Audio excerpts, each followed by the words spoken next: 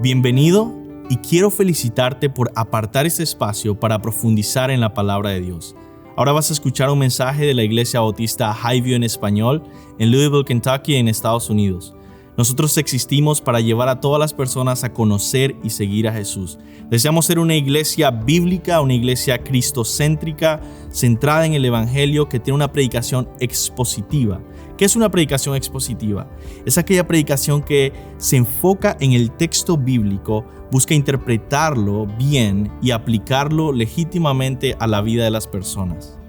Ahora, yo quiero invitarte a que no solo escuches la predicación expositiva, sino que tú seas un oyente expositivo, que seas un oyente que abre su Biblia, que busca en el texto, que trata de entender la Escritura y aplicarla a tu vida. Oramos que Dios bendiga su palabra y que tú puedas conocer más a Cristo.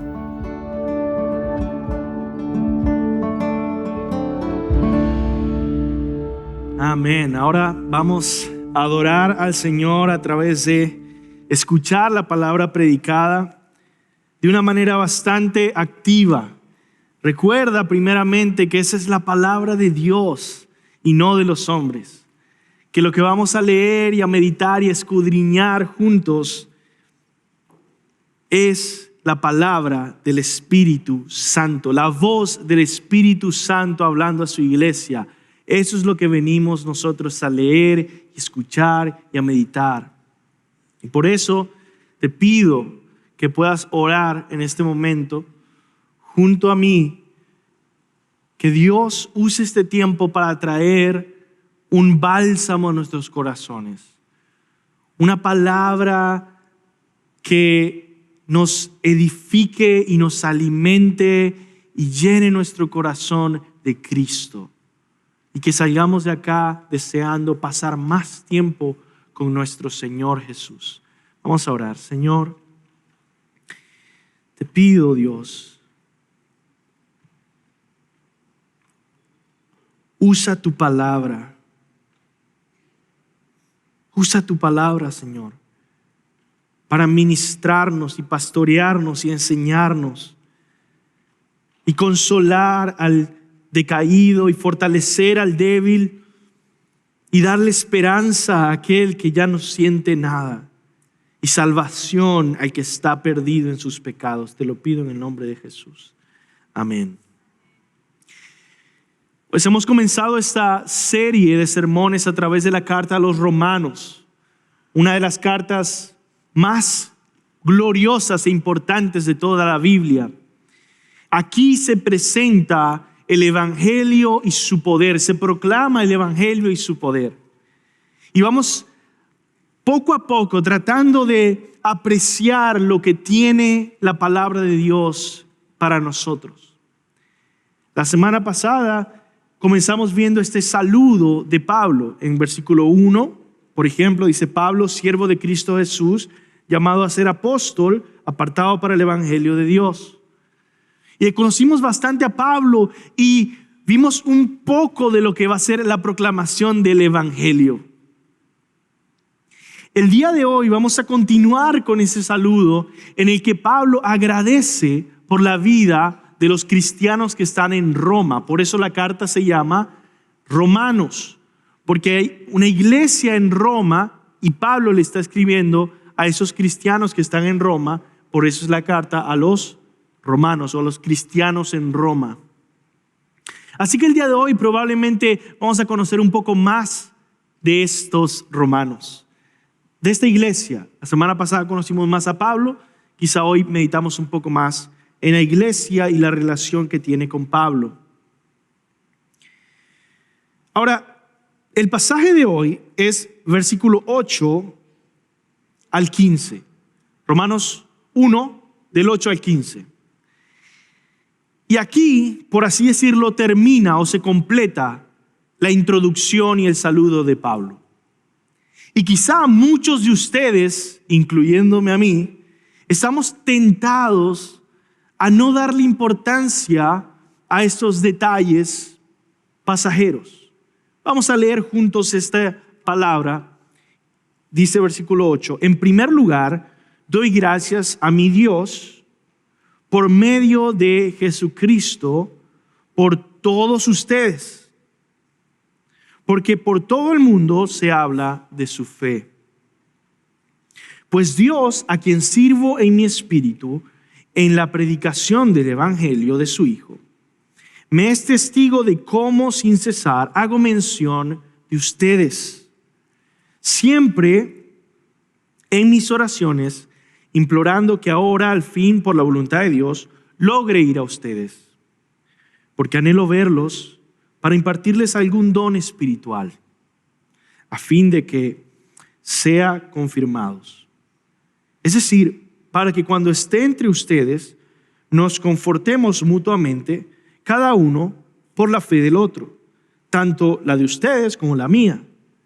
Y no quiero que ignoren, hermanos, que con frecuencia he hecho planes para ir a visitarlos, pero hasta ahora me he visto impedido, a fin de obtener algún fruto también entre ustedes, así como entre los demás gentiles.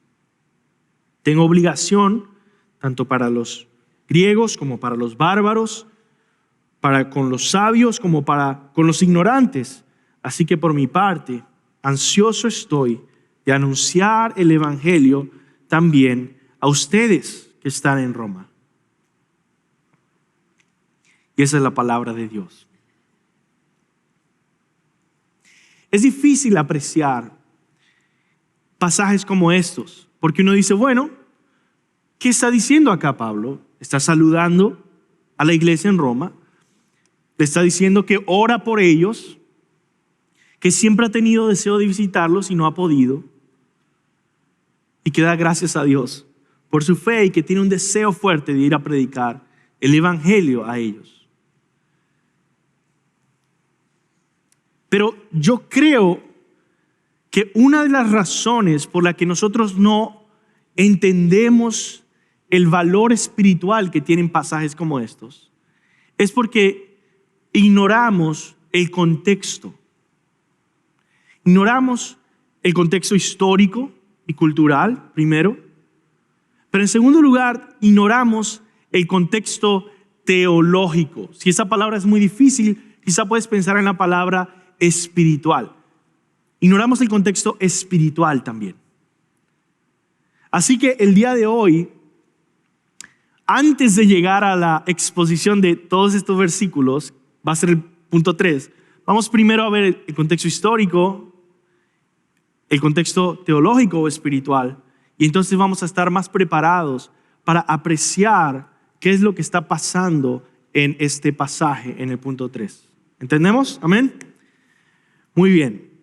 Yo quiero resumir este pasaje con esta frase, que es el título, que es, aquí vemos una fraternidad extraordinaria, una fraternidad extraordinaria. El diccionario define la palabra fraternidad como afecto y confianza propia de hermanos o de personas que se tratan como hermanos. La palabra fraternidad, en otras palabras, quiere decir hermandad, esta relación cercana, amorosa, de confianza, de afecto, de gozo y de ayuda y de conexión unos a otros, de tal manera que somos como hermanos. Ese es el tipo de dinámica que vemos entre Pablo y la iglesia en Roma. Algo que tienen que entender primero es que Pablo nunca había conocido la iglesia en Roma. Todavía no había tenido la oportunidad de encontrarse con estos hermanos en Roma. Y por lo tanto se nos viene la pregunta, ¿cómo pueden tener una fraternidad extraordinaria si ni siquiera se han visto? ¿Cómo pueden tener una confianza y un amor mutuo si ni siquiera se han encontrado? Estas son las preguntas que vamos a responder el día de hoy. Y es que la iglesia, hermanos, de verdad es una familia. Una familia creada por nuestro Dios, Padre, Hijo y Espíritu Santo. y sostenida por Él. Ahora, yo quiero que el día de hoy pensemos profundamente en este contexto histórico, primeramente, luego teológico o espiritual, y luego en el pasaje. Vamos a comenzar entonces con el origen histórico de esta fraternidad, de esta relación de amor y confianza. Piensa, yo te invito a pensar en cuán extraordinaria era esta fraternidad. Quizá tú lo ves ahora y dices, bueno, eran personas que se caían bien, pero yo quiero invitarte a viajar en el tiempo 2000 años atrás y pensar cómo en ese contexto se veía la relación entre un judío que era fariseo, el apóstol Pablo, de la tribu de Benjamín, ¿verdad? Vimos toda su historia la semana pasada. ¿Cómo era la relación entre un judío fariseo, educado, maestro de la ley, con paganos, romanos, idólatras, algunos de ellos soldados, algunos de ellos comerciantes, algunos de ellos políticos, algunos de ellos filósofos? Pueden imaginarse, la diferencia primero se veía en su ropa y cómo se vestían, pero también en su religión. Ellos eran idólatras y las religiones idólatras, las religiones paganas de esa época, eran bastante inmorales. En los templos de los paganos, la forma de adorar a los dioses era a través de prostitutas. Había toda clase de inmoralidades en esos contextos. Pero no solamente para con los romanos, pero todos los idólatras que habían, todas las clases de religiones que había. Y hay unas divisiones importantes que tú tienes que entender para entender el contexto histórico. Primero, la división entre judíos y gentiles. Los judíos y los gentiles. Judíos solamente los que vienen de Israel, los gentiles el resto del mundo. Los judíos decían, nosotros somos el pueblo de Dios, apartado para el Señor, apartado de las naciones, santos para Él. Y todos los demás son pecadores, rebeldes, fuera, excluidos de la presencia de Dios. No había una relación. De hecho, hay indicaciones explícitas de cómo los gentiles debían permanecer fuera del templo. Es más, tanto así que ustedes pueden ver en Hechos capítulo 22, Pablo está regresando a Jerusalén. Y Pablo había perdido, por así decirlo, su popularidad con los judíos. Él antes era muy admirado, muy escuchado, muy respetado. Ahora, en el capítulo 22, Pablo va a regresar a Jerusalén y sabe, y todo el mundo le advierte, Pablo, te van a matar si vas a Jerusalén. No era alguien poco popular solamente, era un enemigo de los judíos ahora. Y él dice, no importa, voy. Pablo va y empiezan a esparcir rumores de él. ¿Y cuál es el rumor que esparcen?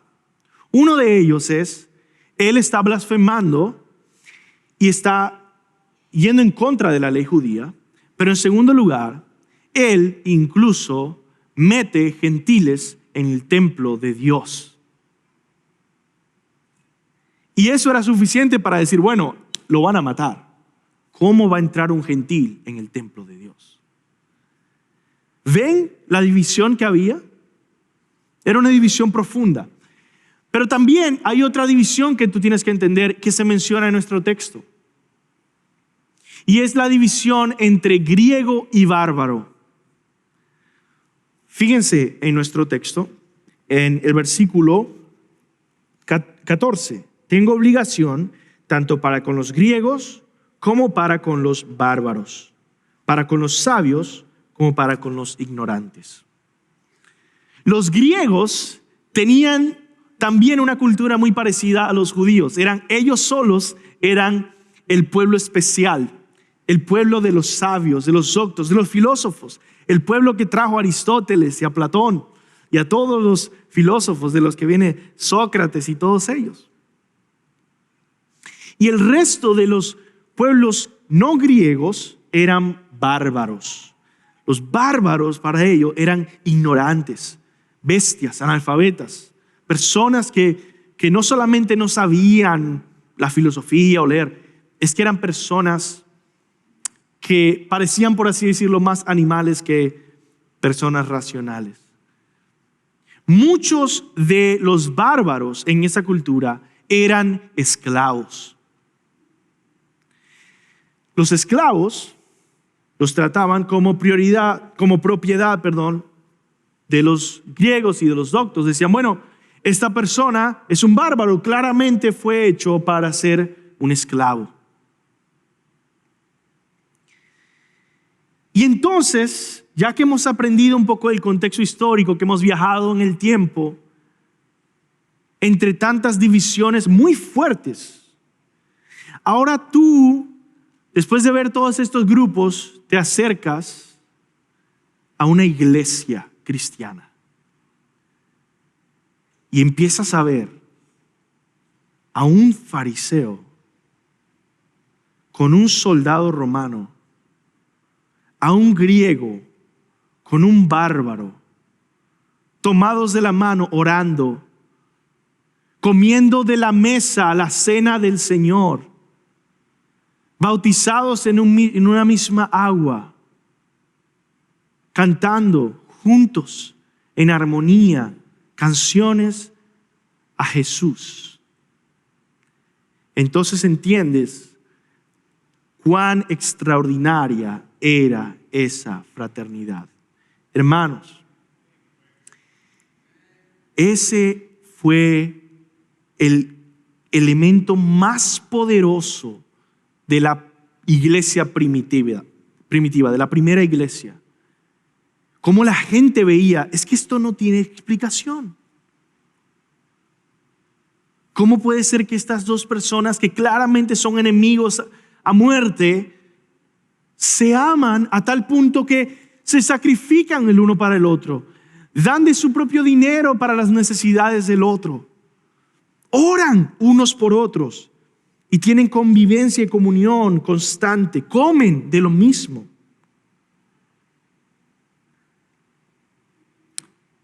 Eso es lo que vemos. Y no vemos solamente una amistad, sino un gran amor. Un gran amor. Yo quiero que observes a través de las cartas de Pablo cuánto este judío fariseo llegaba a amar a sus antiguos enemigos. 2 Corintios 12:15 dice, en la Reina Valera dice, y yo con el mayor placer gastaré lo mío, mi dinero. Pregunta, ¿tú podrías gastar tu dinero para beneficio de tus enemigos? Y aún yo mismo me gastaré del todo por amor de vuestras almas. Aunque amándoos más, sea amado menos. Primera de Tesalonicenses 2:8.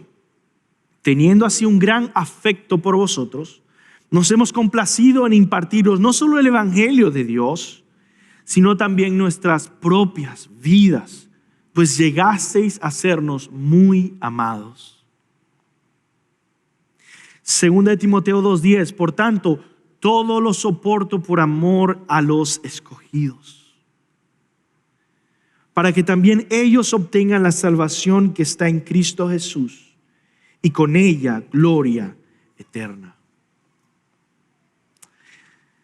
Una de las razones que más adelante vamos a ver en el capítulo 9, 10 y 11 de Romanos es que Pablo ya no ve esa división. Porque personas bárbaras, griegas, soldados romanos y judíos, todos ellos, ahora él los veía como escogidos, parte del pueblo de Israel. el Israel de Dios. Ese amor inusual, ese amor y afecto entrañable es poderoso y es extraordinario.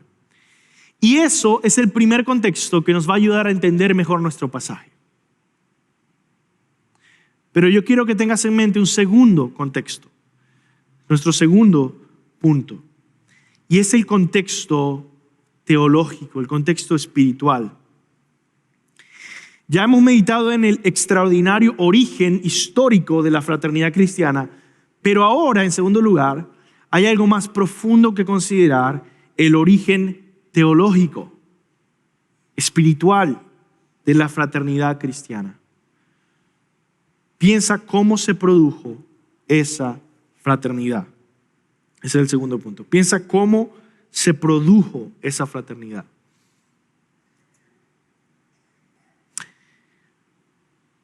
¿Qué pasó? Y saben que esa es la pregunta que se hacían los incrédulos cuando veían a una iglesia cristiana. ¿Cómo sucedió este milagro? ¿Cómo sucedió esta fraternidad extraordinaria? ¿Cómo es que personas tan distintas, antiguos enemigos, se juntan? ¿Qué pasó? Piensa en esa pregunta. ¿Qué pasó? Bueno, yo te la puedo responder brevemente diciendo: Cristo es el creador de la fraternidad cristiana. Y yo quiero que profundicemos en esto, porque a veces podemos escuchar tanto esto que no entendemos. Vamos por la superficie y decimos: sí, claro, Cristo es el que creó la iglesia. No, estoy hablando de algo mucho más allá. Quizá puedes pensar, es que las enseñanzas de Jesús de que se amen unos a otros los influenció, y entonces ellos empezaron a decir: ¿sabes qué? Vamos a vivir ahora amándonos unos a otros, y ellos empezaron a obedecer, y por eso Cristo es el fundador de esa fraternidad. Sí, es cierto, su enseñanza influyó, pero no es la razón principal de la fraternidad. Y quizá tú dices, es que fue la crucifixión de Jesucristo. El hecho de que Él murió en una cruz y pudieron ser impactados por ver su amor, que dijeron: ¿sabes qué? Ya vamos a dejar de tener enemigos, vamos a amarnos unos a otros.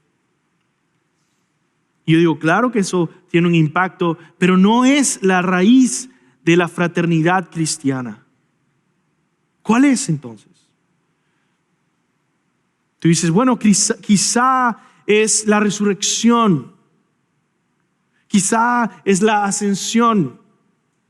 Quizá es la proclamación del evangelio.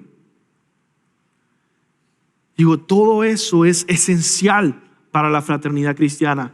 Pero ¿cuál es el centro teológico, el centro espiritual, la razón profunda por la cual hay una extraordinaria fraternidad comenzando?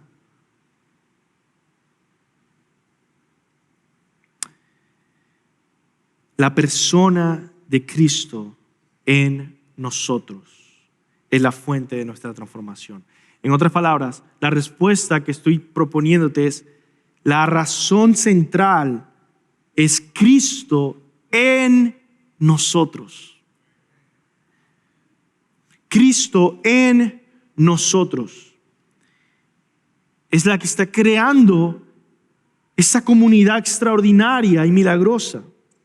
Jesús ha producido algo impensable. Una familia de antiguos enemigos que antes se odiaban, pero que ahora se aman los unos a otros porque Cristo está en ellos. Pablo y los cristianos en Roma no eran extraordinarios en sí mismos. Eran personas débiles y pecaminosas como tú y como yo. Y yo meditaba en esto, escuché a una persona hablando de esto y decía: ¿saben qué?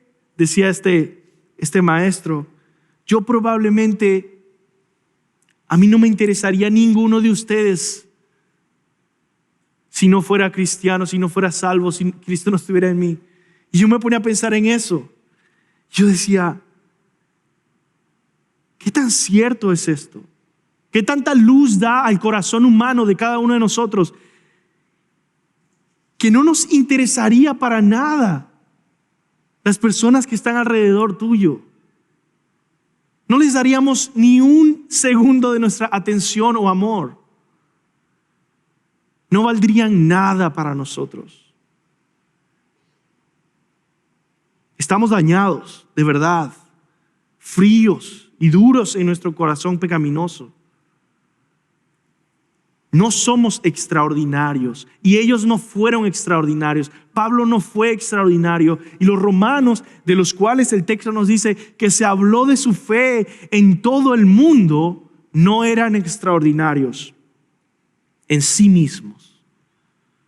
Eran débiles, eran pecaminosos, pero tenían a un Jesucristo extraordinario viviendo en ellos. Y es el mismo Jesús que vive en ti. Jesús está en ti, está en nosotros. Ahora, para, por así decirlo, poner la base bíblica de lo que te estoy proponiendo y te estoy diciendo, tienes que leer Gálatas 2:20. Si vas en tu Biblia, Gálatas 2:20. ¿Qué estoy proponiendo? Que el centro, la raíz, la fuente que causó una fraternidad extraordinaria entre enemigos es Cristo en nosotros. Mira lo que dice Gálatas 2:20. Con Cristo estoy juntamente crucificado y ya no vivo yo, mas vive Cristo en mí. Y lo que ahora vivo en la carne, lo vivo en la fe del Hijo de Dios, el cual me amó y se entregó a sí mismo por mí. Cuando me ven, dice Pablo, no me ven a mí. Cuando ven algo bueno que yo hago, no me ven a mí. Ven a Cristo en mí.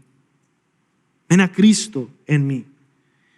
Y los amo porque veo a Cristo en ustedes.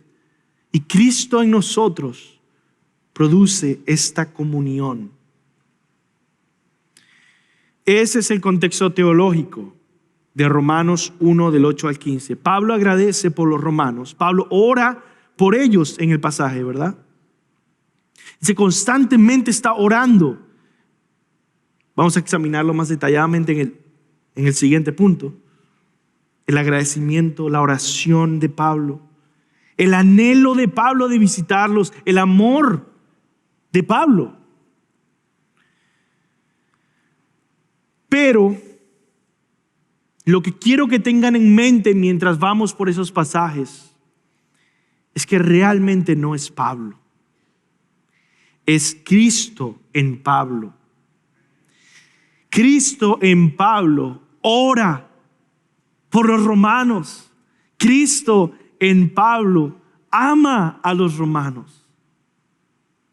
Cristo en Pablo agradece por el cuerpo de Cristo que está en Roma. Cristo en Pablo anhela proclamarles el evangelio también a ellos que están en Roma.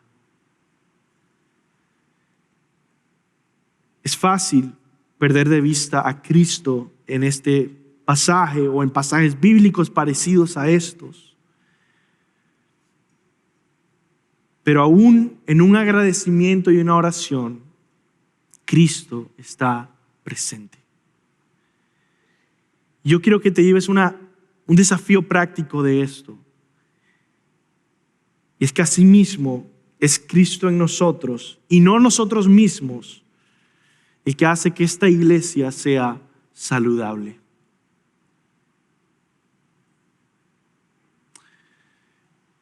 Si algún beneficio, si alguna bendición, si algún ánimo, si algún consuelo o acto de servicio has recibido por medio de esta congregación es Cristo en nosotros, no nosotros. Y cada vez que te decepcionas y te fallamos y te herimos, somos nosotros en nuestra carne, necesitando que sea más de Cristo en nosotros, viviendo como deberíamos vivir.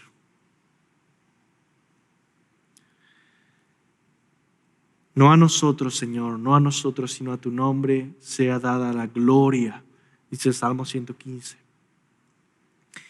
Pero también quiero recordarte otra cosa, que es el Cristo completo y no solo su función de sacrificio en una cruz por nuestros pecados, el que nos da poder para vivir de esta manera extraordinaria. En otras palabras, Cristo en nosotros es la clave de la vida cristiana, pero no solamente Cristo crucificado, no solamente su función sacerdotal purificándonos de nuestros pecados, pero el Cristo completo.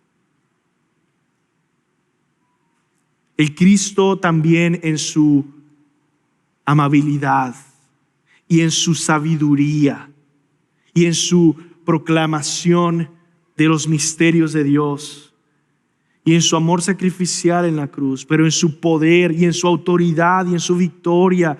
El Cristo completo en misterios que tú y yo jamás hemos ni siquiera podido comenzar a pensar. El Cristo infinitamente completo es el que necesitamos para vivir nuestra vida cristiana cada día.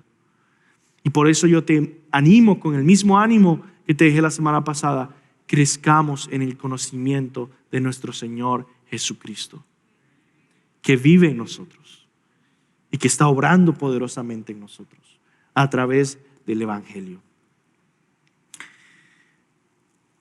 Pero ahora que hemos dejado claro estos dos contextos, contexto histórico, contexto teológico de nuestro pasaje, estamos listos para leerlos y yo sé que vamos a pasar rápidamente por este pasaje que es un poco largo, pero yo quiero invitarte a que tú pases un tiempo con Jesús durante la semana y vayas yendo por cada versículo y quizá vayas explorando mucho más de lo que contiene este pasaje para tu vida. Pero por ahora quiero darte un mapa y algunos beneficios que vemos acá en este pasaje para alimentarnos espiritualmente de Él.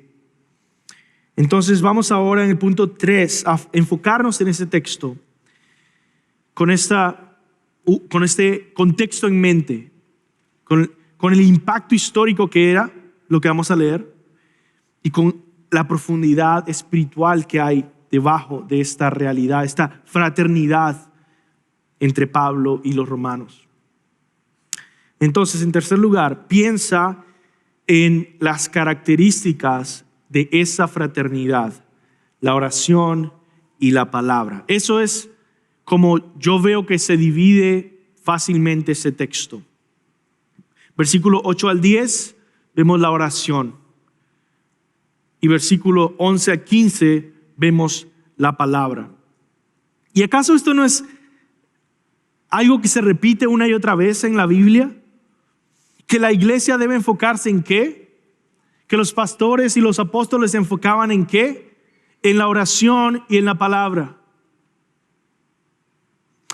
Yo sé, hermanos, que muchas personas salen hoy en día y van a seguir saliendo diciendo, la iglesia necesita una nueva estrategia. Necesitamos cambiar todo lo que estamos haciendo porque no está funcionando para nuestra época. Debemos crear un circo completo para entonces atraer a toda clase de personas. Y en medio de eso, dejar la palabra, dejar el Evangelio, dejar la guía del Espíritu Santo en la Biblia, dejar a Jesús para tener un evento atractivo. Pero el corazón de la iglesia siempre va a ser claro y simple. El Señor nos ha llamado a enfocarnos en la oración y en la palabra. Y tú dices, pero no veo muchas cosas prácticas ahí. Bueno, porque no has entendido el punto 2 todavía, que es Cristo en nosotros el que hace la obra, que es Cristo en nosotros el que produce amor y cambios y transforma familias y vidas y matrimonios y lleva a jóvenes rebeldes a arrepentirse de sus pecados y creer en el Señor Jesucristo y ser discípulos entregados a Él, como lo fui yo a los 16 años. Rebelde, me llamaban la oveja negra de mi familia. Pero el Señor Jesús me cambió, me salvó, me transformó. Y es Cristo en nosotros. Entonces la clave y la oración y la palabra son formas en las que Él ha establecido que vamos a obtener más de Cristo en nosotros a través de la oración y la palabra. Amén. Vemos entonces el ejemplo de Pablo enfatizando estas dos áreas. Vamos a aprender a cultivar esta fraternidad que tenemos con la oración y la palabra. Le puedes llamar a esto prioridades espirituales. ¿Cuáles son las prioridades espirituales? La oración y la palabra. Primero, la oración. De Pablo aquí aprendemos cómo orar por nuestros hermanos. Primero, oremos con sincera gratitud. Mira lo que dice: en primer lugar doy gracias a mi Dios por medio de Jesucristo por todos ustedes, porque por todo el mundo se habla de su fe. Por cierto, podemos pasar 2 horas hablando de la profundidad de esa frase, por medio de Jesucristo. ¿Qué profundo es esto? Que la oración a Dios el Padre no es yo solo viniendo al Padre, es yo viniendo por medio de Jesucristo al Padre. Yo no tengo derecho, nadie tiene derecho a accesar a aquel que vive en luz inaccesible, pero el Hijo sí. Y por medio del Hijo entramos al trono de gracia, a la presencia del Padre. ¿Y qué pide? Primero agradece por sus hermanos. Yo quiero simplemente, antes de pasar al siguiente versículo, la gratitud, el agradecimiento. Esto lo vemos en todas las cartas de Pablo. Un corazón profundamente agradecido, muestra de la gracia de Dios en su vida. Y yo quiero que examines tu corazón y tu vida y pienses, ¿podría con sinceridad decir que vivo en gratitud, en agradecimiento? ¿O debo decir realmente que soy ingrato? La ingratitud es injusta y debe confrontar tu corazón. ¿Por qué? Porque la justicia, por definición, es dar lo que se merece a algo o a alguien. Y hay tantas cosas que se merecen: aprecio, agradecimiento, valor. Y cuando somos ingratos, practicamos injusticia y no damos el valor que se merece a las cosas y a las personas. La ingratitud, porque es falta de rectitud, falta de justicia, es también fea. Para la mente recta, para la mente santa, ver ingratitud es repulsivo. Es ver a alguien que no valora la gloria de los regalos de Dios y no aprecia lo mismo. Ahora, todos hemos experimentado algo parecido cuando vemos algo que es nuestro área favorita. Puede ser una canción, puede ser una pintura, puede ser un equipo de deporte, y tú ves a alguien y dices, oh, ellos no valen para nada, eso es aburrido, o eso no. Hay una repulsión hacia esa persona. ¿Por qué no valoras lo que yo valoro? Ahora, podrías decir que eso es subjetivo, pero para con Dios es objetivo. Para con Dios, Él merece toda la gloria, la honra, el agradecimiento y la alabanza. Y aquellos que no la dan, uno dice, qué terrible injusticia estás haciendo. Cultiva un corazón agradecido y entiende que es pecado. Por eso estoy haciendo este énfasis, para que entiendas que es más grave, no es una preferencia, es que es pecado, es injusticia, es repulsivo, es soberbio. Pero también vemos, además de la gratitud en la oración, vemos amor. Versículos 9 y 10.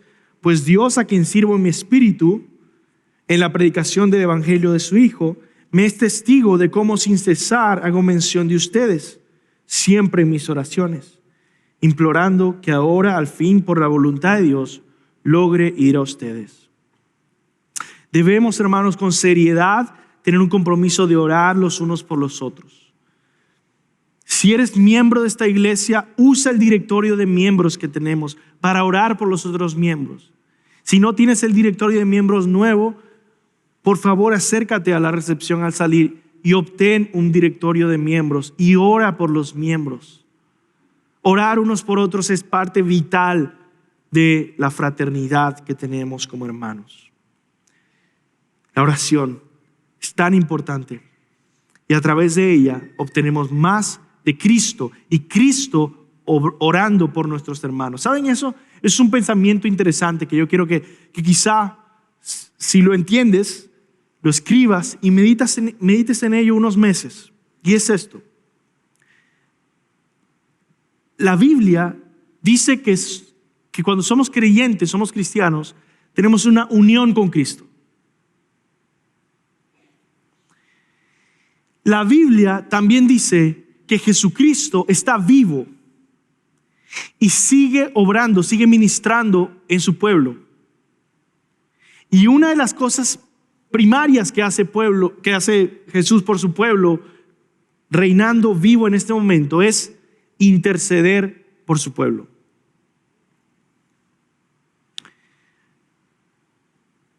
Piensa en esto. En tu unión con Cristo, como miembro del cuerpo de Cristo, cuando tú estás intercediendo por tus hermanos, tú estás uniéndote a la obra intercesora que Jesucristo está haciendo por su iglesia mediante su cuerpo, del cual tú eres uno de los miembros. Y si tú quieres hacer algo junto con Jesús, en comunión con Jesús, ora por tus hermanos. Si lo entendiste, medita en eso durante el mes. Es algo precioso. Pero lo siguiente con lo que queremos terminar es con la palabra, ¿verdad? La oración y la palabra. Mira el énfasis que hace acá el apóstol Pablo en la palabra.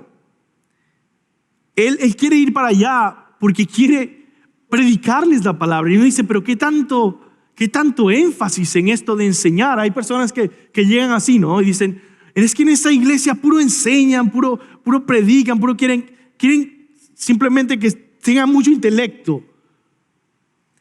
Dice, bueno, el apóstol Pablo no era un emocionalista, era un maestro de la palabra. Y él dice, quiero ir a verlos, nunca los he visto y quiero enseñarles. Porque nosotros hemos dividido, hermanos, mucho la enseñanza del corazón. Pero Pablo no lo divide. Él dice que la enseñanza es para fortalecerlos, confirmarlos, animarlos. Fíjate lo que dice el texto. Versículo 11, porque anhelo verlos para impartirles algún don espiritual a fin de que seamos confirmados, que sean confirmados. Esa palabra don espiritual no es, y la mayoría de los comentaristas están de acuerdo con esto, no es los dones espirituales de los cuales él habla en otros lados. Recuerda que la palabra don significa regalo. Dice, quiero ir para llevarles un presente espiritual, una bendición, un regalo. ¿Cuál es ese regalo? La proclamación del evangelio. ¿Por qué Pablo quiere proclamar el evangelio a los cristianos? Si se supone que ya son salvos. Y este es el punto de esta sección que quiero que te lleves. Y es un desafío práctico. Lo que tus hermanos necesitan escuchar de ti no es la fecha en el que se acabó Babilonia o en el que el rey Ciro entró. Es que tú animes a tus hermanos con Cristo. De todo corazón, de tu corazón a su corazón, que le proclames el evangelio y lo apliques a su vida. Porque el evangelio es la proclamación de Cristo para nosotros y es todo lo que nuestros problemas necesitan. Cada uno de nuestros problemas necesita encontrarse con Jesús. Piensa, por favor, en algún problema que estás pasando ahorita. Ese problema necesita encontrarse con Jesús. Y cuando un hermano se acerca a ti y te proclama el evangelio, te presenta a Jesús y trata de llevar a Cristo hacia ese problema específico, entonces te ayuda a que ese problema se encuentre con Jesús y entonces tu vida sea cada vez más transformada por el evangelio. Eso, hermanos, por cierto, es lo que se llama la consejería bíblica.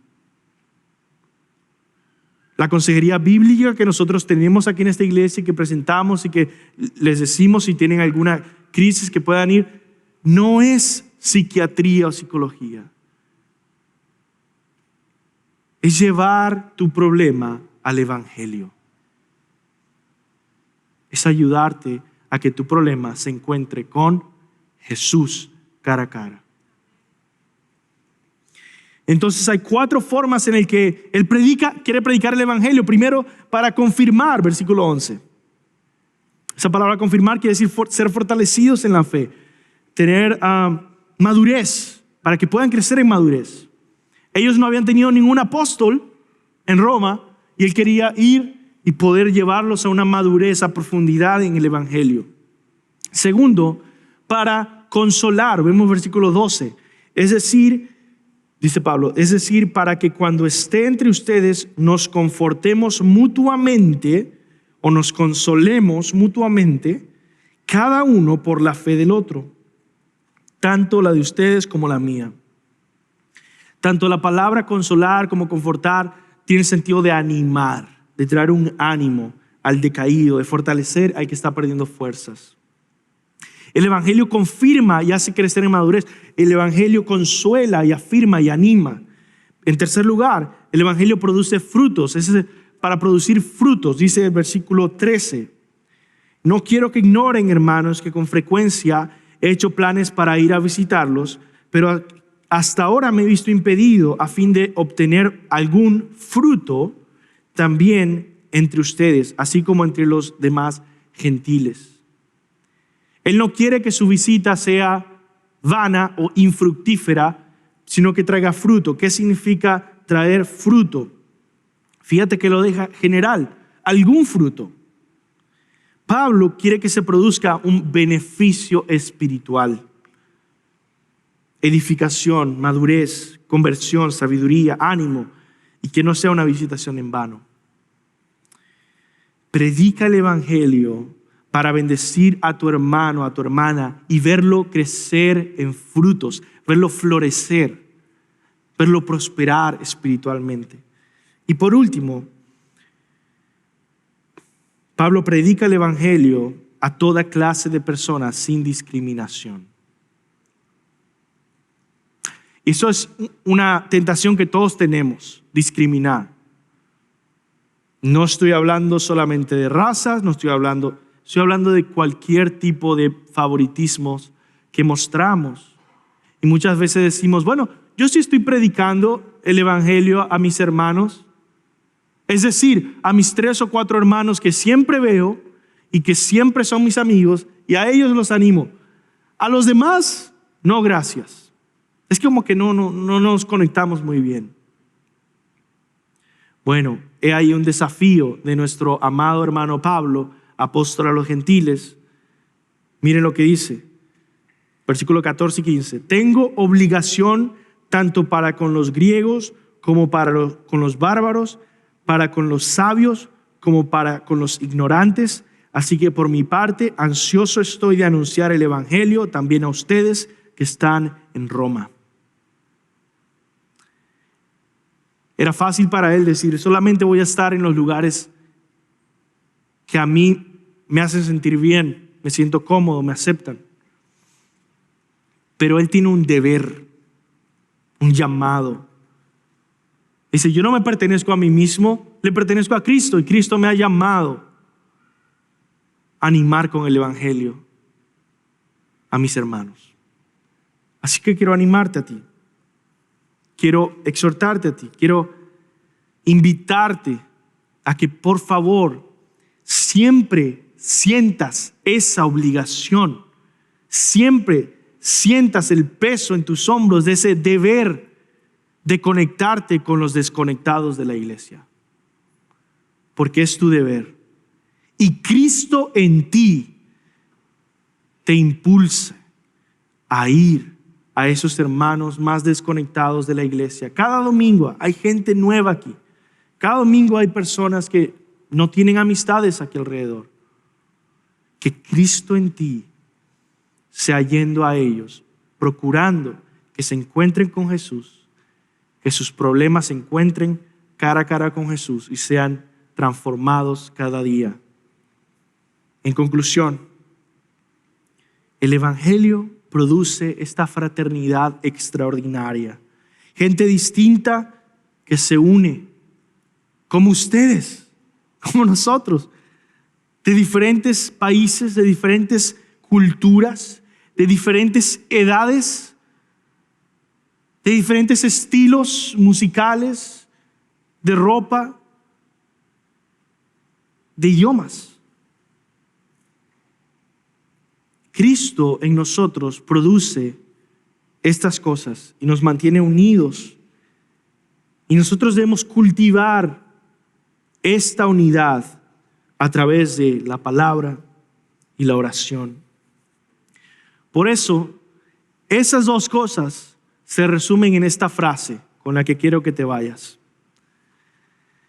La oración y la palabra.